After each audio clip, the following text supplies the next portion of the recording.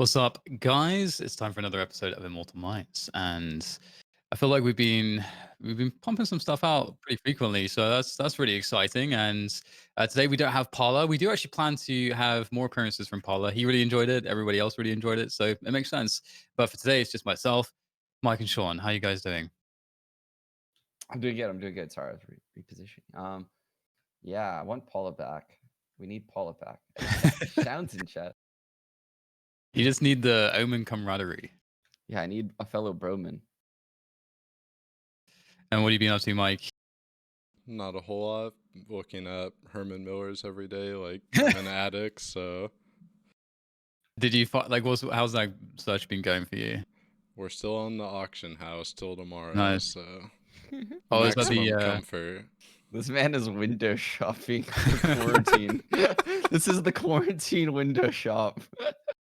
That's pretty awesome. There's a lot of people actually. It's worth noting that when we talked about the Herman Miller when they did that announcement, quite a few people were talking to me and saying, "Oh, it's so expensive" and so on. And obviously, like I did like a little review. They sent me a chair and so on. But I've had Herman Millers for many years, and it's really easy to find really good deals, and I think people don't know that. So there's a lot of like open box deals or secondhand deals you can get where you can get the chairs like for very cheap, like new. So it's like way better, in my opinion, than getting something that's like a gamer branded chair that's not really a great chair for gamers. So it's just something to maybe do some research on.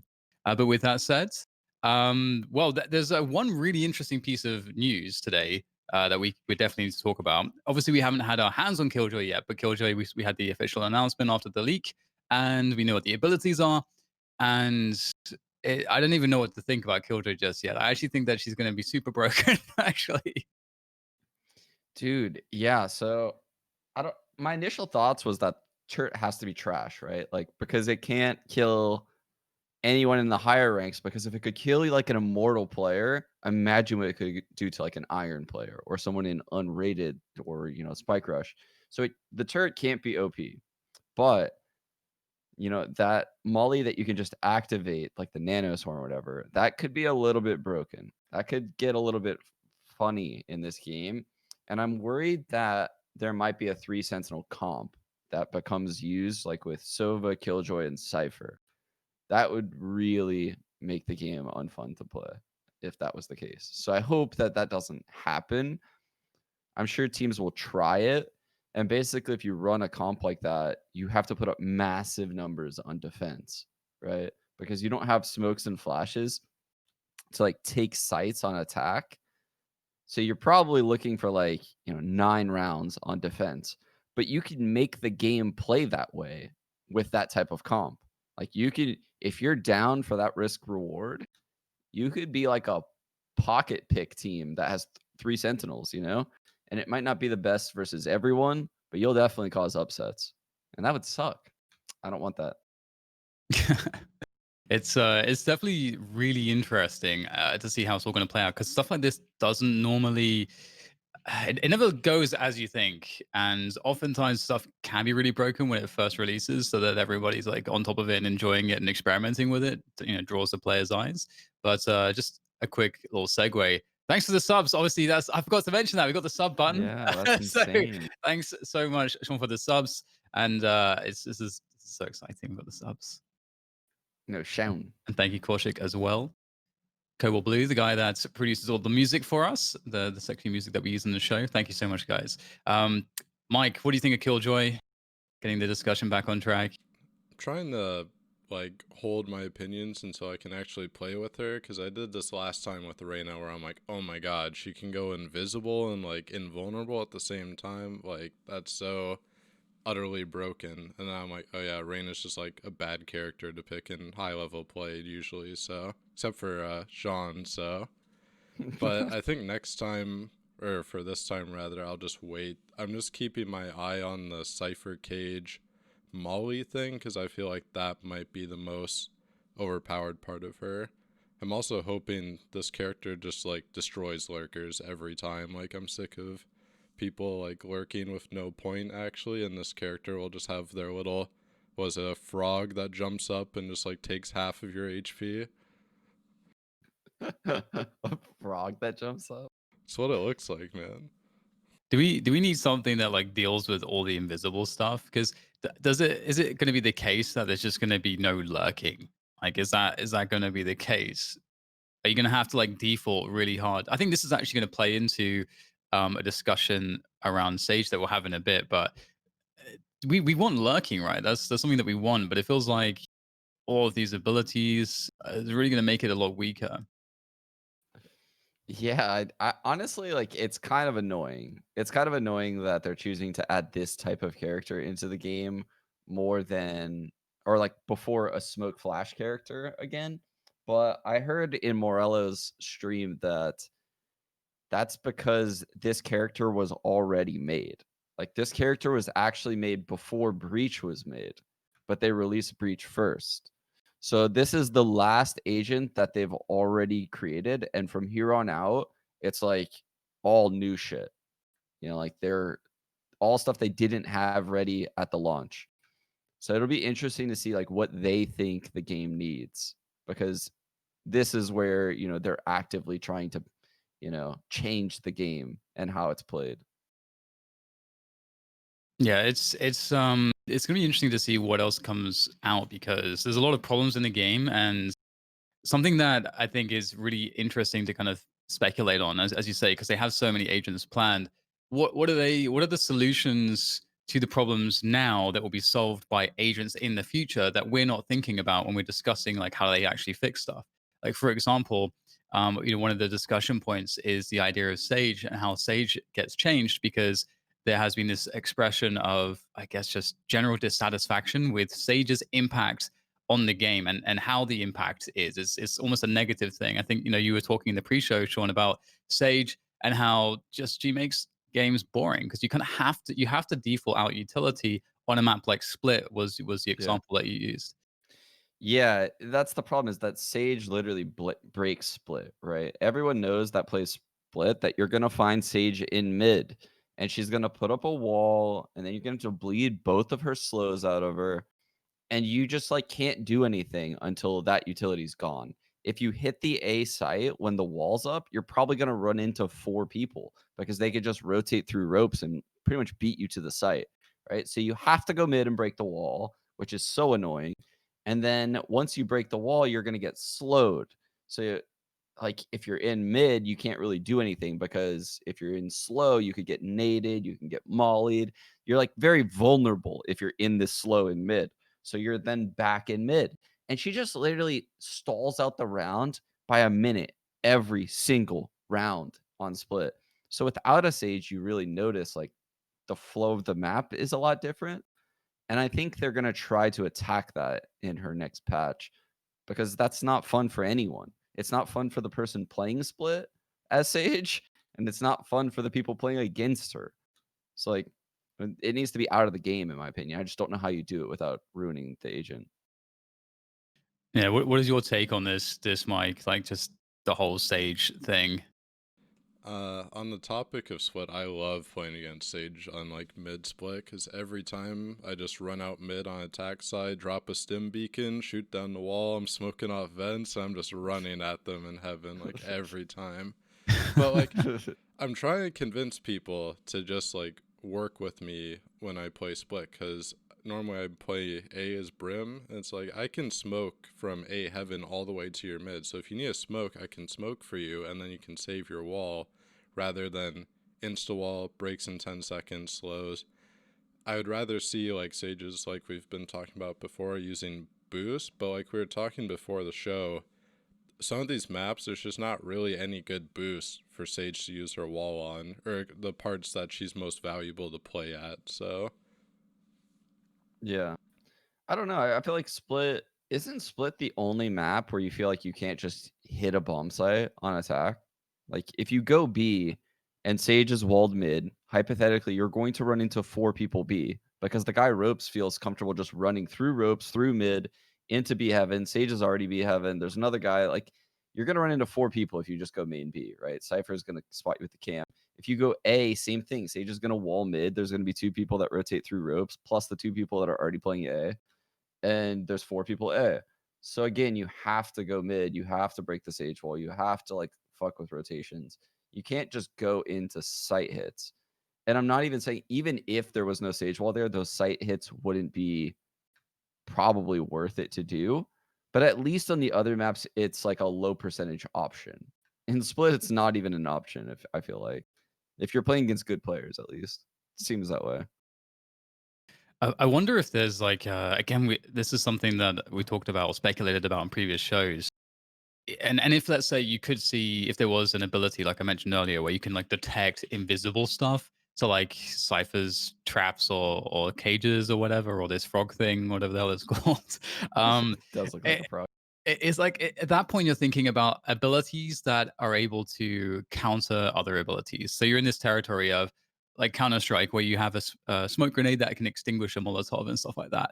And in Counter Strike, it works because it's like really simple. Like there's only 4 bits of utility, and that's it. And there's nothing else on the map. But in this game, there's so much stuff happening. I feel like it would get really confusing if that was the case. If now you're playing this level of like mind games to your compositions, where it's like, well, they've got a sage, so we want agents that have fire abilities that like melt the ice on the walls or the floors or whatever the hell. That'd Like be if you start sick if having you can like melt the wall. if you start, yeah, if you have like stuff like that all of a sudden, like Phoenix can like melt the wall or something, I feel like the game gets really complicated because it wouldn't stop just there. I think there would be, other, like elemental counters and so on, because all of the agents have their own like elements that they use, like fire or ice or whatever else, poison and acid and all the rest of it. So I don't know, man. I wonder if we'll ever get into that territory. Is that something that you think would be good? Let's say you could extinguish mollies. Is that something that would be good? I think so, yeah. Because right now the mollies last a long time, right? They really slow down the game. Um, and I liked that aspect of CS, where someone mollies, you always have to worry about them throwing a smoke into it and just like rushing through it.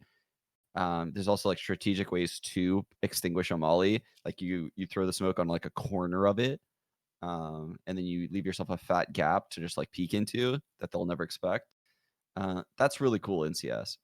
I will say the more stuff like that they add, the more worried I get that there's quirkiness, like as far as like one ways and like little gimmicks and bugs that weren't intended, right? Like that stuff is begging.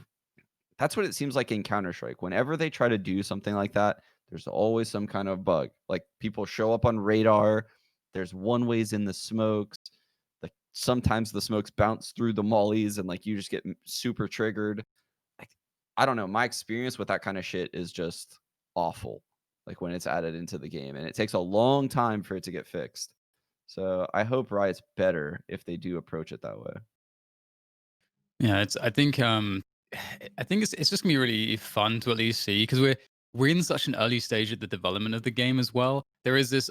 I'm interested as to how Riot look at the implementation of all of their ideas when the players have their hands on everything and is trying to break everything and is complaining about everything, versus and how that impacts their sort of their workflow because presumably they have got a plan that to roll out certain types of agents over a period of time and for the game to be developed, over a period of time. But then you enter all of the players and what the players think is broken or it's not working, and maybe that's going to impact, the plans that they have and how they want to roll stuff out. So I am curious, as we're in this sort of exciting time where, every couple weeks we can have like really huge game changing patches that will change the nature of how agents are played or how they are going to be showing up in the like pro compositions.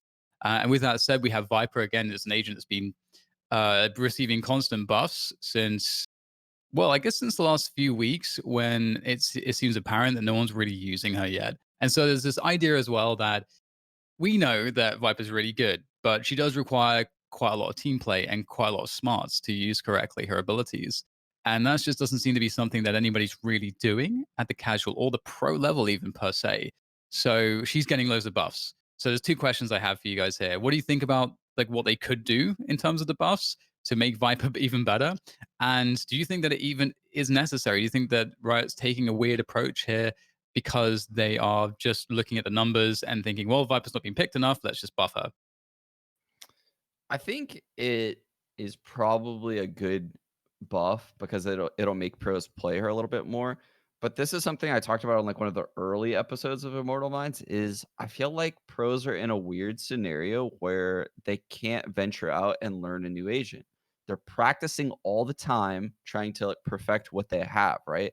If they change agents, specifically like say like how Tens goes from Jet to Viper, the playstyle difference between those two agents is insane. On one, he's an entry fragger, and another, Viper's utility is best used like 30 seconds into the round. You know, like what he has to set his shit up at the start of the round. He has to like think about how to use it. He has to put up and down his utility and communicate with his teammates. That's a totally different feel than playing Jet, right? But when you watch these pro players, like, I mean, Hazed is one of the only ones that's actually put in work on Viper that streams actively. Um, it's just hard. It's hard to find ways to practice with agents like Viper unless you literally take a day of practice and you're like, fuck it, guys. We're going to jam Viper into today's day of practice. We're going to see if it works. But then you're not even really trying. Like, you're trying what, one day? Like, but then if you try it for a week, you're really risking that your team drops like 8 notches. Like, what if it doesn't work out?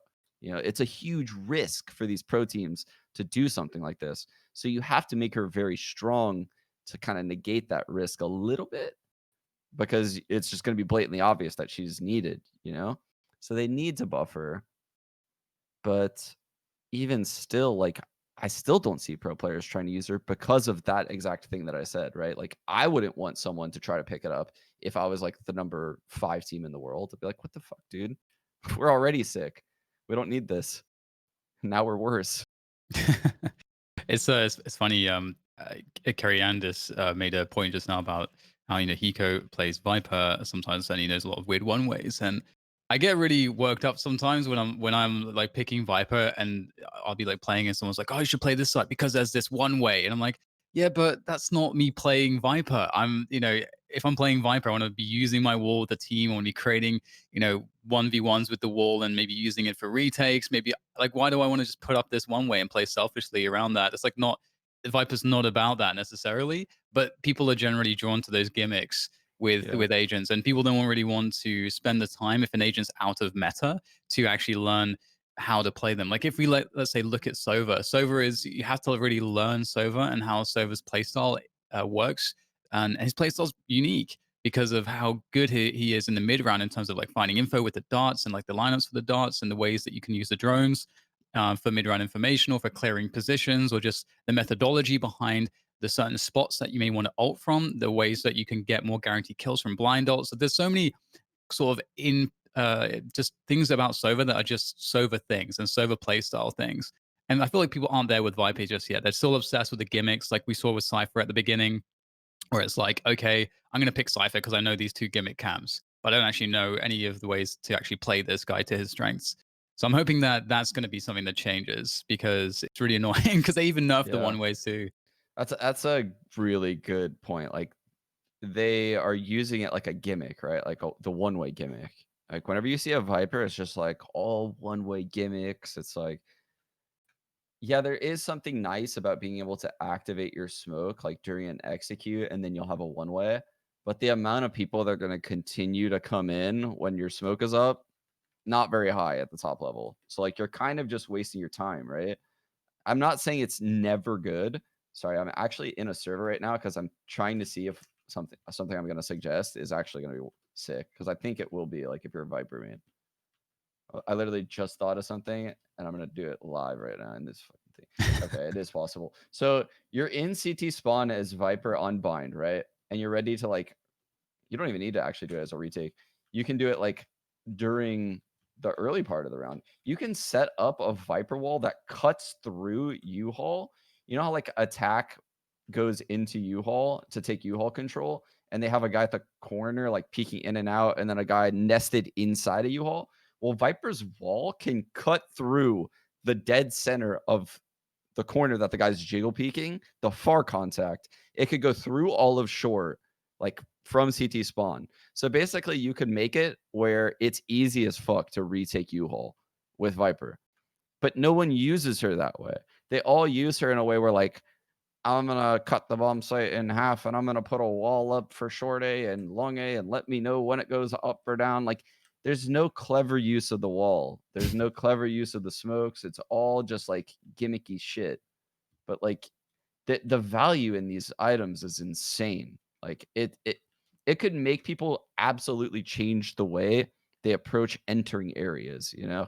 Oh, 100% agree. So Like the retake value on her walls is insane. The one that you're talking about is one I've used quite a lot. It when because I've been playing Viper quite a bit over the last like week and a half, and I was just thinking, what are really good retake walls? Because the most common thing, like you're basically attacking the most common setup that attackers use on A, whereas like they do the short plant, they fall back to short, and they take U-Haul control, but they give up everything else. And so that one wall, that one thing, it's not even doesn't even cost anything. You can always have it because it's a signature ability that actually kills the retake entirely. And if you have, let's say, maybe a Sova arrow that goes behind the wall as they're panicking because they're like, oh shit, the wall's gone up and we have to push out a shot towards the site, then obviously that's going to be pretty huge as well. And it's so impactful. I remember one game, the last time I used it, I came back on the retake with Viper and I put this wall up and I was like, guys, I've walled off everything. Just go onto the side. The wall's cutting off short and U-Haul.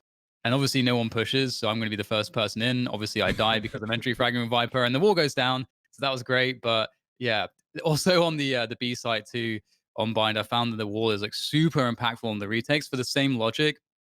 Because even if you do, let's say, a somewhat shitty wall where it's like, okay, I'm from spawn, you can still cut off the angles from hookah and from octagon as well. So if they've done that plant, the most common plant where you defend it maybe from octagon and or garden and elbow, it's going to cut off those angles. So you get a much easier entrance. So yeah, I completely agree. And there's just so many other aggressions that you can do with the wall too. It's super valuable. I honestly am so surprised that we're not seeing more people trying to use it in that way. It's just so good. I mean, I know that you're like a you. I think Mike, you were talking about. I think one of the videos Peak sent us actually, and how Peak was using the wall as well to like isolate jewels. Yeah, it's like such a better mindset to have when you're playing Viper. Because back on the one-way thing, I remember that one on a short bind on top of the boxes that you could do with like any character that had smokes, and people were like, "Oh, this is so sick!" Like week one of the game, and it's like you do realize that might work for like a few days against random people, and then eventually, once people see it a few times, they're just gonna register what that means. So all these people that throw Viper one ways on different maps, it might work once, which might be good for a round, which isn't necessarily a bad thing. But if you're relying on it as like a crutch type gimmick rather than like if you're on split, I remember there was that one in mailroom on B Heaven that everyone threw. And it's like, but at the same time, your orb's so much more effective if you're just putting it on the stairs, like every yeah. time they're walking through that staircase, because then you can walk through it or they're decaying or you can molly them. It's just so much more effective in general. It was actually beautiful. I was playing against Lex and Ninja.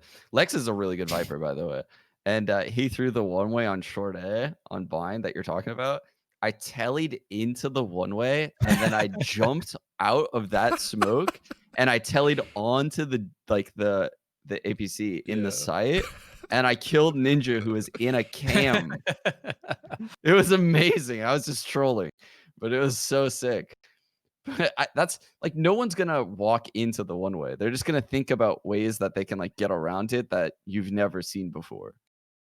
That's awesome. Actually, that raises a really good question because I think we covered like I think three different ways to use the wall, Viper's wall. That's really effective. That if you want to pick up Viper, you should think about using the wall for retakes, using the wall to isolate 1v1s, using the wall to like just maybe cross positions as the defenders that otherwise you wouldn't be able to cross for free. And let's talk about the poison orb, the smoke that people use for the one way. Like, what are some good usages of like for that orb? I think a lot of people when they pick up Viper, they're like, I'm not really sure how I should be using this. Like, what? So, what's the first port of call with that ability?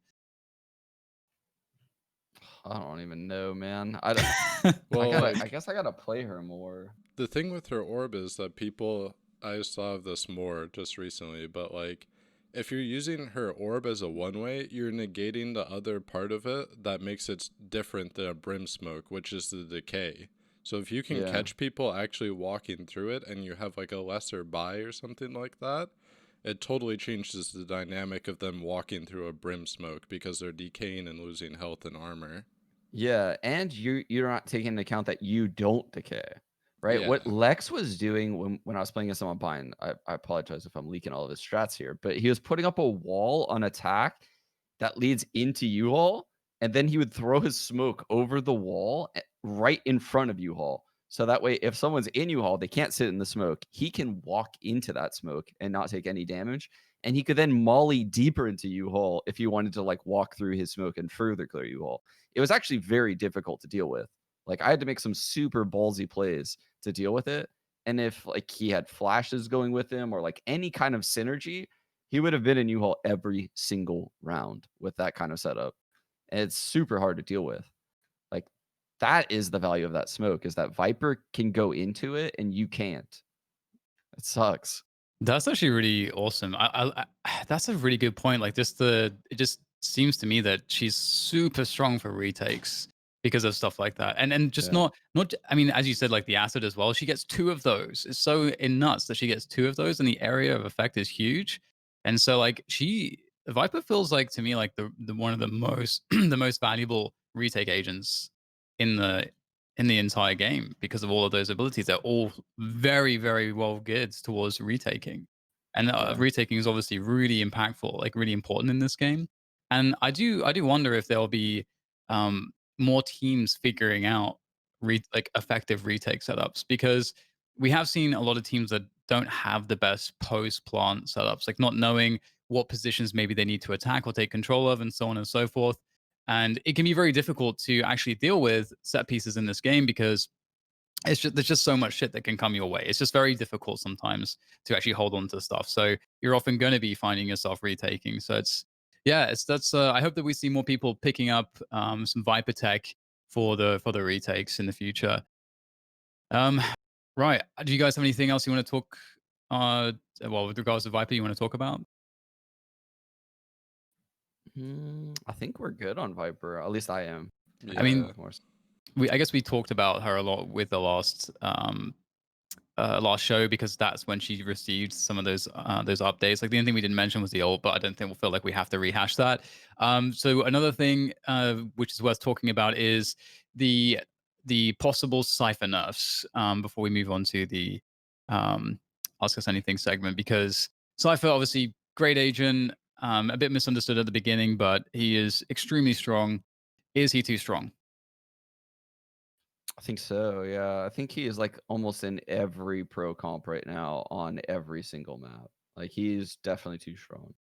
But that's like the nature of having someone with a camera that he can just throw all over the place. You know, like I almost think the camera needs to just break And you quicker. don't get it back, or Not like yeah, maybe so. Maybe you don't get it back. Yeah, maybe that's how you do this, is like it's not like a passive thing that just comes back. I was more thinking along the lines of like if he just idles in the camera, like the battery life of it is like really fucking quick.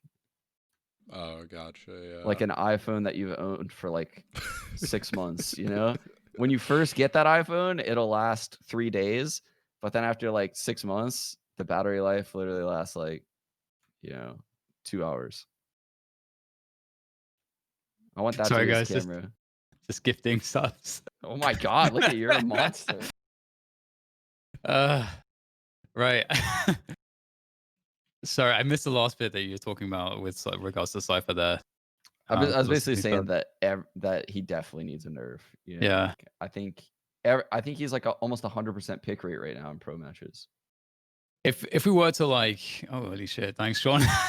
It's like a competition.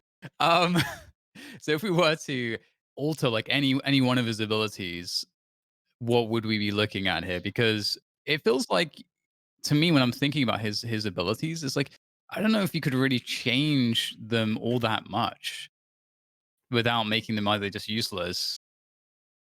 Feel I like, think oh, go ahead. no, you go ahead, Mike.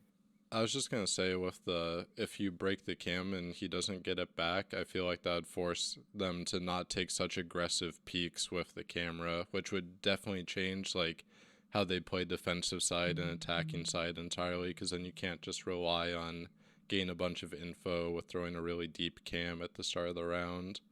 Yeah, like, whenever I play with a Cypher on, say, like, Ascent, for example, I basically tell them to go somewhere at the start round, use their camera, because the rounds are pretty drawn out, so, like, if you have a Cypher, they could just cam A main and tell you if a guy pushes A main, they could cam B and tell you if a guy pushes B, they could cam into mid and tell you if there's a guy off catwalk or a guy peeking mid, like, you can use that camera like to basically scout out if a team is pushing or not, which is a very, very valuable piece of information, right? Because then you save all your flashes, you save all your smokes, or now like that Cypher can't do that if you make it so that way his camera doesn't come back, because now he would probably want to use that camera for the actual site hit itself.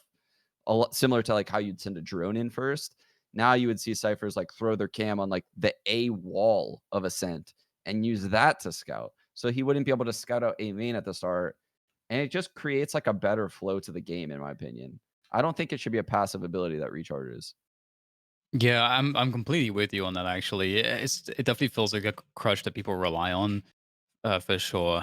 It's an interesting one because I don't think it would really necessarily change that much. It may actually just encourage people to have better behaviors with the camera. They may realize, oh shit, I only get one of these, so Mhm. I guess I better try to figure out how not to lose it, but still get value out of it.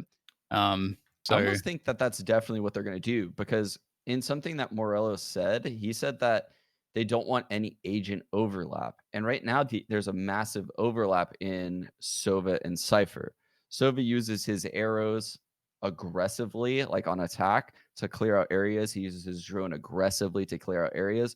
Well, Cypher's serving all of those same purposes with his camera. He just has less of them, I guess. So the way to negate that is to make it so it's not passively recharging like Sova's arrow. And I think that that's going to be the nerf we see, if I had to guess. yeah, what do you want to see, Mike? I think the camera thing is the way to go personally, but I feel like you have to give him something else that recharges, and I just don't know what that would be really, because I feel like if he gets another trip like mid round, not sure the outcome of that. Cage, I feel like, is also kind of in the same position where it might be a little bit too much.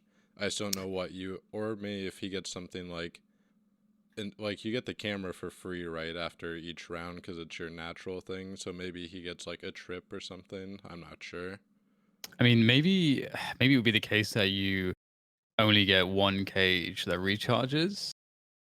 But that doesn't seem like it would necessarily make sense. Like you make the cage better, but you only get one of them or something Mm, like that. I'm not sure. It is a really difficult one because I don't know. It's very tough because it feels like if you, let's say, reduce the amount of trips to one tripwire, then it doesn't seem like he's really as doing. useful, yeah. Yeah, and maybe again it is the case that you could say, okay, well maybe the trips are like they recharge and you get to only use one, or you have to. Actually, it doesn't make sense if you would want it to be like a kill recharge. That doesn't make sense. I Yeah. do think his ult as well is something like. Do you think the ult needs to have more charges to actually get it? Who's that, Cypher? Yeah. Do you think I his think ult's too it's good or? fine. No, I don't think so. I think his alt's kind of garbage unless it's like, you Late know, round. it's like, yeah, like a mid-round scenario that actually gives you like the information you need to like hit the right bomb site on attack or stack the right area on defense. Oh my god, that was mad. But yeah, I think right now there's a lot of overlap between Sova and Cypher, and I think both agents need a little bit of rework. I think a s so another tinker between like these Sentinel characters is like B site Ascent, right? Like Sova shouldn't be able to lock down B side of defense by just spamming the wall with with an Odin or an Ares. Like it's broken. The fact that that window is there and everything is so easy for him. Like it's such a skillless thing, and it's like a it's the attack version of the Sentinel character, but he's in the most OP scenario to play defense. Like that's not what this game should want, in my opinion. Like They need to fix or clean up the B side of Ascent or fix or clean up Sova because that whole scenario with him spamming the wall is broken and it overlaps him with Cypher. Cypher should be that character that feels like fuck going to the site. But instead, you have two characters like that on the same map. It's awful. It's awful. So I hate the Sentinel characters, to be honest. Like I think they need rework for sure. Well, I guess I'm super curious to see what they're going to do to all these agents. I guess we'll just have to wait and see.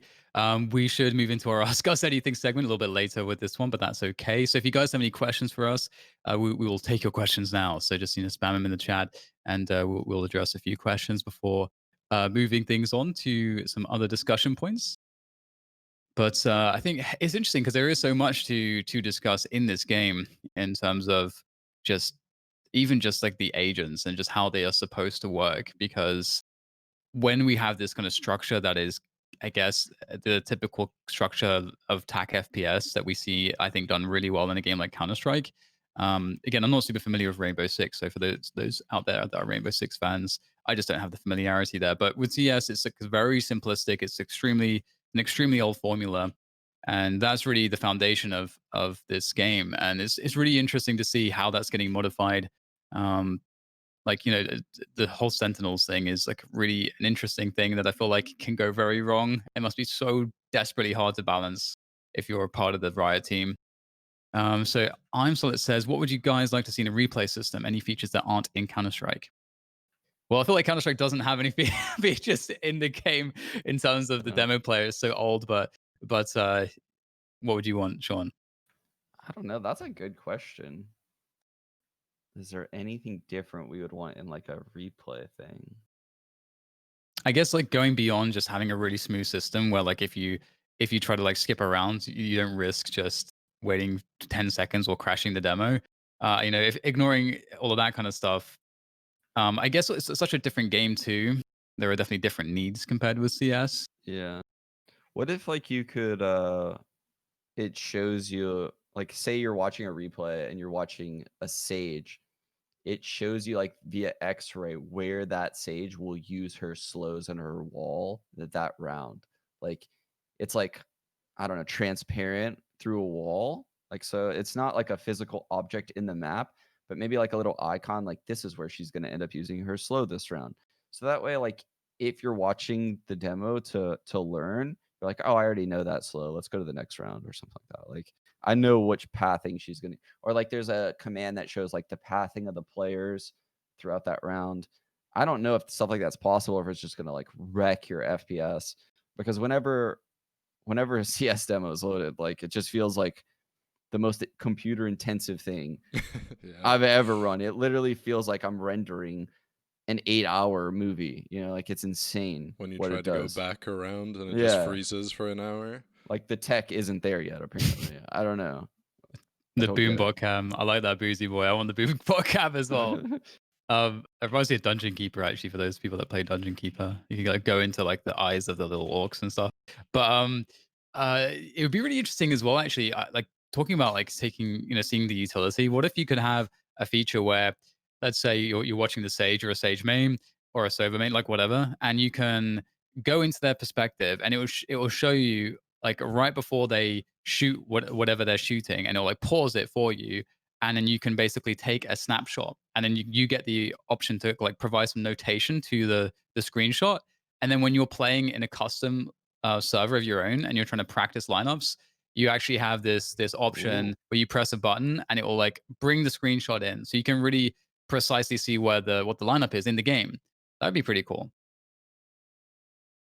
that would be pretty sick. Yeah. And that's definitely not in CS, so that's my answer now. Huh. That's Do you have pretty anything, cool. Mike? I think like just a replay system in general is good. I'm not asking for much. I just want demo systems soon. I would imagine in this game, since team play is so ridiculously important, they're in their replay system. There's going to be some kind of picture in picture where you can watch, or like split screen where you can watch multiple agents at the same time. So like if I wanted to watch a B site attack on bind, I could have like Sage in my top left. I could have Breach in my top right. I could have, Viper in the bottom left and like, Raze in the bottom right or whatever. I'm just throwing random agents out there. And I could watch how it all unfolds like simultaneously, as opposed to having to watch the round once, then watch it again, and then watch it again, and then watch it again. Anyone that's ever watched demos like in a game knows how frustrating that is. Whereas if I could watch it all simultaneously and just see how the coordination works, that'd be fantastic. And I'm sure they're probably working on something like that because it would make spectating so sick. It really would. Man, it'd be so cool again. It's just like going to the other idea of if you could just if that play, like if you could say this is a play, like from this point of time to that point of time, I want to watch these five players, and then that you could then like going with the same idea with the lineups, you could create like a notation, and then basically it saves that portion. So like if you can, then you'll have like a bank of your strat book or something, stuff that you saved from demos, whether it's just you in a custom server or to show you your teammates, you can share it with your teammates, or it's something that you can just have this catalog of plays that you've taken from pro matches and you can go and just look at those things just like Yeah, just that one play. That would be really cool, have like a little archive like that that you could construct for yourself. That'd be super sick. it'd be so sick. Or what if like there was like a picture in picture option where say I wanted to watch like how Sage executes again on like the B side of Bind, but instead of having the other players, it's Sage and I choose an overview area of the map as like a second screen. So like Sage on the left side of my screen and on the right side of my screen, it's an overview of the B bomb site, or it's an overview of Elbow, or it's an overview of Hookah. And there's like 6 options, like obviously you can't have overviews of everything. Sorry, much must gather. So just a quick shout out, thank you so much Sean for the 15 subs, by the way. That's pretty epic. As Sean takes a moment to walk away. Okay. Right, Sean also Mike, had a good question. hit So us with it. he said, as someone who pretty much plays only one agent, do you think that's a proper way to fundamentally become a better player? Or can that ultimately diminish the learning curve for someone wanting to play at the top level? It depends on like what your agent is, right? I think I probably can't, like if I wanted to be like a top level pro, I couldn't be a one trick Omen. I don't think like a one trick Reyna could necessarily be a thing because I know Sean likes playing Reyna. I think it's definitely possible to like be the absolute like most insane ranked player doing something like that. But I think certain agents you need to have a backup for certain maps, right? Like I don't think Reyna is super sick on maybe like a map like Split that has tons of elevation and little corners and stuff like that, because your flash can't get a lot of places. Like people could dodge your flash just by like changing their angle up a little bit. Whereas on Ascent, it's very open. Like Ascent is an open map, so Arena is a lot more viable there. I think there's like evergreen characters like Sage, who's a support character. I think Cypher, obviously, like if you're a one trick Cypher player or a one trick Sova player, or a one trick Sage, those are agents that you could probably get away with doing that with right now. But as they add more and more agents in the game, you'll probably have to play like 2 or 3, I would imagine. But now it really depends on like which agent you are and uh like when we are in the meta, right? Because right now it's okay to be a one trick Sage or a one trick Cypher or a one trick Sova. But a year down the road when there's 6 more agents in the game, probably won't be. Yeah, and I think for me, I guess what I would draw the comparison to is like in Counter Strike, to be the best T-sided player. Let's say you want to have experience doing maybe a few of the roles on the T side, but ultimately you want experience as the defender on the site that you're attacking, and you want an experience, because then that will tell you exactly how that guy wants to play, his objectives, some of the repositions that might be maybe more strong or more common, or things that you should worry about, ways to attack those problems. Like what's really annoying for that Mhm. defender on that site. So it really informs you if you start lurking and so on. And I think it's the same in this game for me, at least. I'm someone I play pretty much everything, and it's been really interesting because it helps me to have that insight as to like if I'm learning Cypher or playing a lot of Cypher or whatever it is, I get to understand some of the things that he's thinking about. And so when I'm playing against him, it's a lot easier because I know kind of what kind of spots that he might want to play depending on where he's putting his traps or how he's distributing his utility. Is he a cipher that's going to be really hard on the lurks, or is he going to be a bit more aggressive? Generally speaking, I get a better understanding of like what to expect. And so that's, I think, the best argument to, you don't have to like learn everything in depth. You can definitely have your mains, but I think it's really valuable to figure out the flow of the game through understanding how the different agents play, because it is very different. Like I think I said on the previous show, for me at least, it depends on my mood as to like what I want to play. I love playing the more aggressive agents. That's generally my default. But I have moods where I'm like, I want to play a really slow game. So I'm going to Yeah. play Sova, or I'm going to play Cypher, or I want to play a game where I'm like really heavy on the support, or I want to fill because there's no Brimstone and we're playing Split, and I want to be able to help my team like control the map, and I want to focus on that kind of stuff. So I think there's a huge value in terms of just understanding where the other teams gets like where things get awkward for the other team, and then putting them in that place because you've been in that place. Yeah. That's a really good point. Is like people love playing Jet because they get like a lot of kills. It's just like an easy agent to get a lot of kills with and snowball and get multi-frag rounds.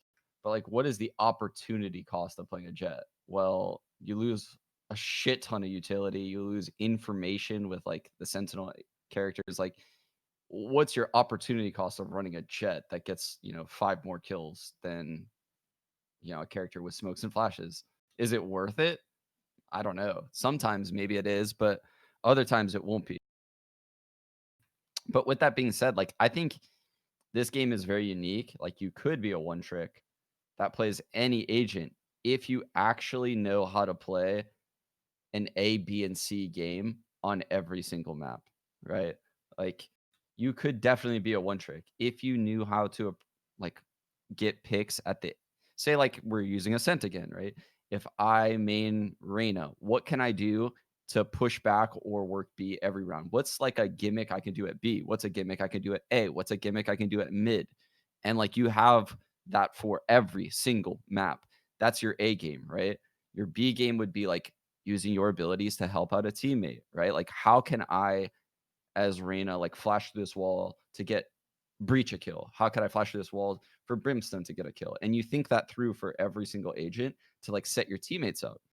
Then your agent becomes more and more valuable in ways that other people aren't finding value in your agent, right? And then your C game would be obviously just taking duels, right? Your C game would be like, I'm going to just go somewhere and I'm just going to fight someone. Like I'm going to play this game like it's Counter-Strike. I'm not going to use my abilities, so they won't know to use their abilities. That's not a good game to play in this. I'm telling you now, like in Valorant, you don't want to ever be playing that. But if like your other shit's not working and you have no backups, it's not horrible. It's just your odds aren't as high, you know? That's I feel like any agent's possible using that system. But a lot of people don't approach the game that way. They like pick an agent and they don't know what to do. They haven't thought through that process and they just stick behind players that know how to create openings. They know how to like push into areas or they have that utility. And they just kind of hope that their teammates can do those things, right? But you don't have to have it that way. Like you can think about ways how to open up rounds. Okay, my rant's over. No, I actually appreciate that a lot because I think that's a really, it touches on a really important kind of idea as to how people think just in general in the game. It's just the idea of breaking a round up into different segments and having stuff for those segments. So like as you say, like you're playing Split, what are the most common things that happen on Split where you have the Sage that walls off and that and the other? So like what are your options with your main when that kind of thing is happening? Should you be more with the team or not as much with the team? Just like trying to think in that way, like break it all down and then have protocols or responses ahead of time is definitely really powerful. There's a question here that I think you would be able to answer pretty effectively, Sean. So Rain X777 asks, how do you break through from Immortal 3 into Radiant? I'm Gold 3 personally, just asking for a friend. I can't tell if you're trolling me or not, Dan. I think you're trolling me. You son of a bitch. God damn it, dude. I've been Immortal 3 for my entire adult life, I feel like right now. Like it's been years of Immortal 3 gameplay out here. Years. I can't break through. I cannot break these cuffs. This So is it's impossible. insane. It's literally impossible. The game hates you. Once you're Immortal 3, you'll never ever become Radiant. So don't even try. It's not worth your time. Okay, next question. um, so we have a question from Bam Fleon. Do you guys think a particular type of agent needs to be added outside of Killjoy, a shield or healer, perhaps? No, I don't know. I don't. They're probably gonna add like another support agent because I think the game needs like another support agent, whether it be, a healer that has a flashbang. That would be pretty sick, actually. Because I don't think there's enough flashes in this game right now, and I also don't think. I think there could be like more things with that block vision than there are. I don't know. So I think maybe like a healer that has some kind of vision blocking tool would be cool. Nothing that slows down the game. No more sages that slow down the game. No more ciphers that slow down the game. Please, no more of those people. That's what Killjoy is. Someone that slows down the game. What about some kind of agent that can, like, I don't know, erect turrets? So, like, anything airborne just gets instantly owned. So it's just like an anti-jet agent. Jesus. Or just like, you could throw like a net or something on jet. How do we deal with jet? Dude, I hate it. See, Eat more glue. that's what this is why jet mains are like actually pretty legit, is because jet mains have all thought about how to find value in their kit, right? Like they all know on bind they can dash into U-Haul and shorty you. They all know that they can dash out of hookah and shorty you there. They know that they can op places super aggressively and dash away. Like it's not like jet mains are dumb as fuck and put like no work into their kit. That's the thing, is like the ones that are good have. There are shit jet mains. I'm not gonna lie. I played with one yesterday. There's terrible people that play jet, but a lot of them face tons of criticism probably before the buffs came in. So they had to think about ways how to, dash into people with shotguns and shit and use them. And now they're just destroying people because they have ways to open up rounds everywhere. Like every jet that I play against seems like they know how to approach rounds, right? Like they know how they want to op peek into places. They know, maybe that's because like all the top streamers are jet players and they're just stealing their plays. I don't really know. But it seems like every jet I run into knows what they're doing. And just having a plan in this game is huge, I feel like, because you can often use your abilities to like brute force and do what you want to do unless you telegraph it slowly. And then the other team has chances to like counter utility you and bog you down. But jets are so fast that they can get past all that nonsense. So yeah, I don't know. She needs to be nerfed a little bit. IMO. Jet's just so annoying. So annoying. Okay. Well, we have we can move on to sort of a discussion session here. Just a few different points before we go into the final segment. We get some clips out there from you guys. So the first discussion point, I think that's I don't think we've mentioned it really too much before, but what do you think about the OT system? Because it's been in place for a while, and it's I think it's definitely they're just like one round and done type thing was kind of rubbish. So we have this new system where there's like this voting and everything, and it can go on for a few rounds. What do we think about it? I think it's pretty good. I don't know. I think it's nice. I think the people that vote for ties are never going to be my friend. I agree. we don't we don't operate on the same wavelength, and we never will. You tie voting shitters. Yeah, but never surrender. Never ever Never. going down swinging. It's always like really weird to me. It's like you have like a really close overtime game, and obviously the way it works, you need less votes the more overtimes, and so it's like really weird to me. It's like the game's so close, and you at some point you're like, yeah, I actually don't think we can win this. Like, but what? But you just be going for one constantly. How does the logic work? I don't know, man. They just must be the most anxiety-ridden people in real life. I have a lot of anxiety, but I feel like if I'm in OT, I'm still confident that I could win, you know? Yeah, I mean, It's just- look at like those face overtimes. It's got nothing on that. Do you remember like the old face overtimes? It was like MR6 or something. No, sorry, it was Yeah. MR. What was it? It was like a bunch more rounds, like 5 rounds or something. Yeah, but I don't fucking know anymore. But it's loads of rounds. You can have like a game that lasts like 2 or 3 maps, and you're just like, please kill me now.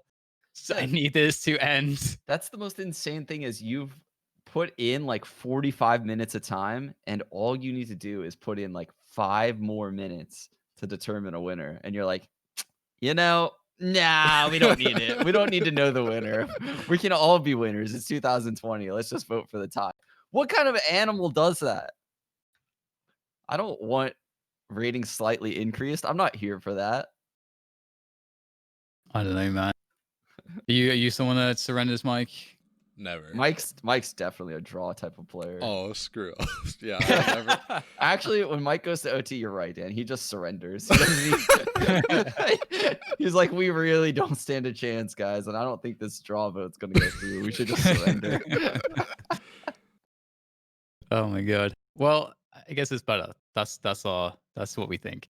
Um, we've talked about the operator, and so so you made the point to maybe discuss this, Mike. What do you think about the operator discussion? Is there anything that we should add?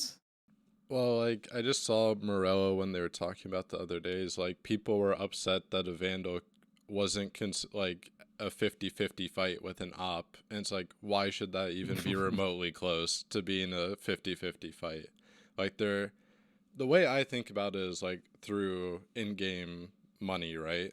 So if you're investing 4,500 versus a $2,900 gun, there should be somewhere in there that you're investing more utility to make out that difference, like logically. Because if you just went up to someone and you weren't talking directly about Counter-Strike or Valorant or anything, you're just like, this gun costs more and this gun costs less, which one would you rather have in a video game?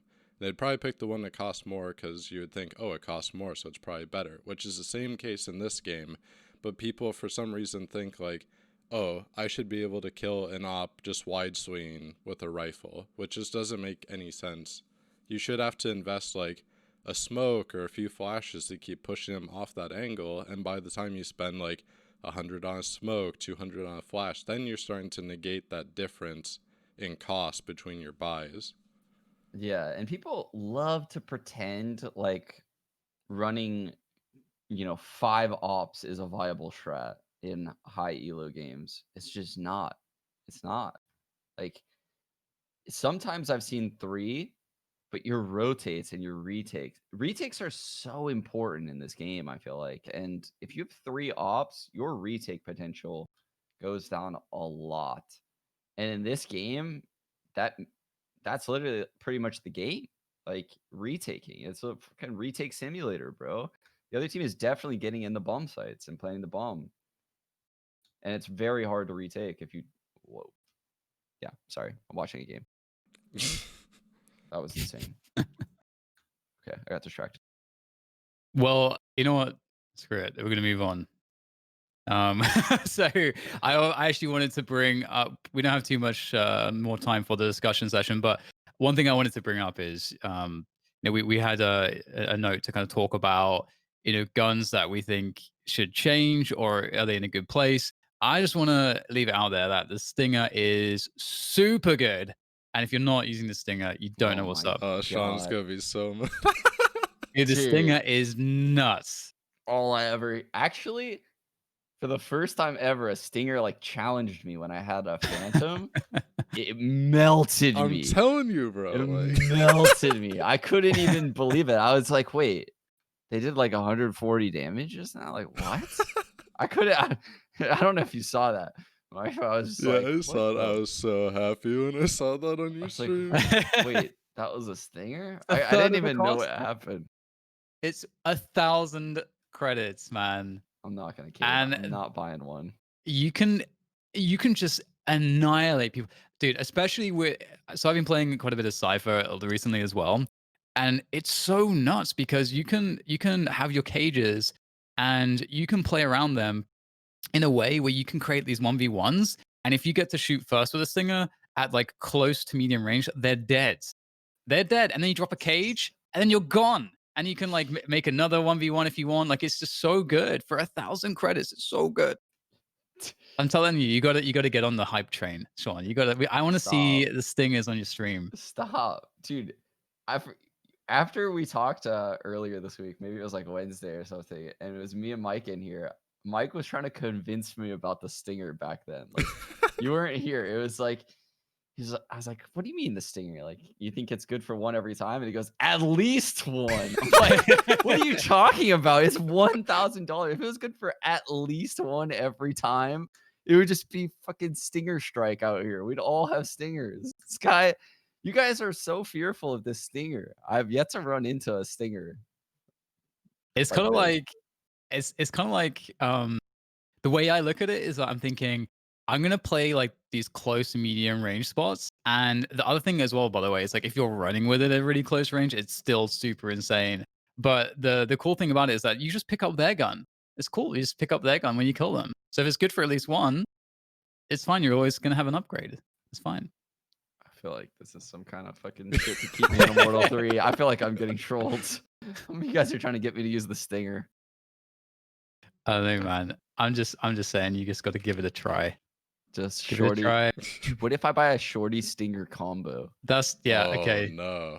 I bait them in. I like shoot the stinger. Oh, I'm reloading, and I pull out the shorty close range. $1,200 for Tw- all a that tw- firepower. Oh my god! I'm literally doing it next time I play this game. $1,200 buys every round. Every round, dude. It's actually insane. What a combo. It's a pretty sick combo. The Is shorty is insane, actually. It's so good for $200. I do think that those two guns are probably the most likely to be adjusted in terms of cost, just because the thing about the Spectre is that it's a lot more versatile than the Stinger, because you can even use it like long range. It's like it's somewhat viable, but the Stinger is just at the ranges the Stinger's good at. It's better than a rifle in some spots. Dude, Sean it's is just gonna like blow up. This is unreal. The way you guys might be describe going a this bit thing. far, but it's pretty nuts. So we should move things forwards here. We have some fan clips to show you guys as per usual. The regular on our little clip segments is Nasanov. So thanks so much again for sending some stuff in. I saw this. This was actually so insane. I don't know if you saw this one, Sean. The Brim ults. I don't want to give away too much if you haven't seen Oh, the I stuff. did. Yeah. Yeah. Okay. Yeah. This is insane. He combines it with a slow, right? They knew they were in garage and they like walled. I think Nesenev slowed because this is his friend playing Brim. Just dominates them all. That's so insane. Oh, so nice. Legit got microwaved inside of garage. That's insane. They just got stuck in there. Nice. All the Brim mains rise up.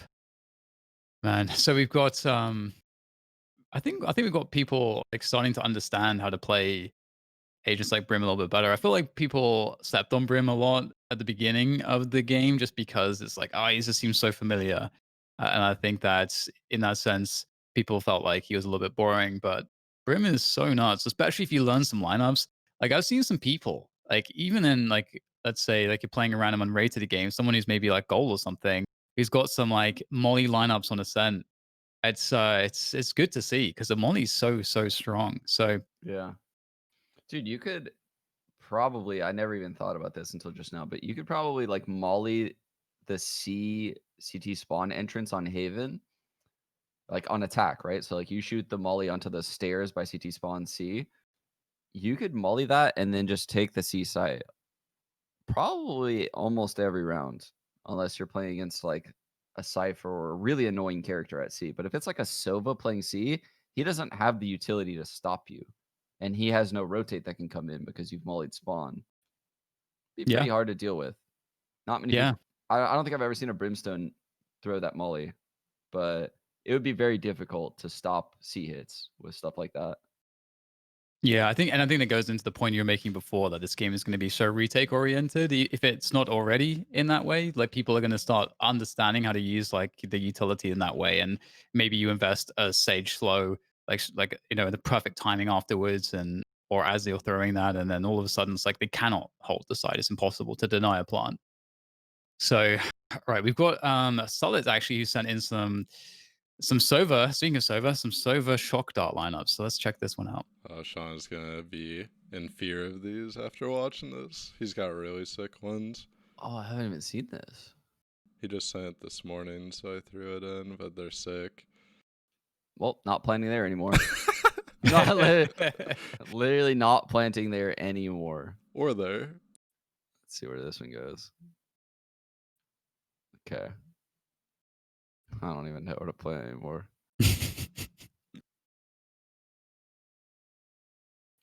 It's okay. No Sova will ever be in CT spawn of Ascent because they're just shooting arrows through the blue Ascent main, window. yeah. So I'm safe for that one.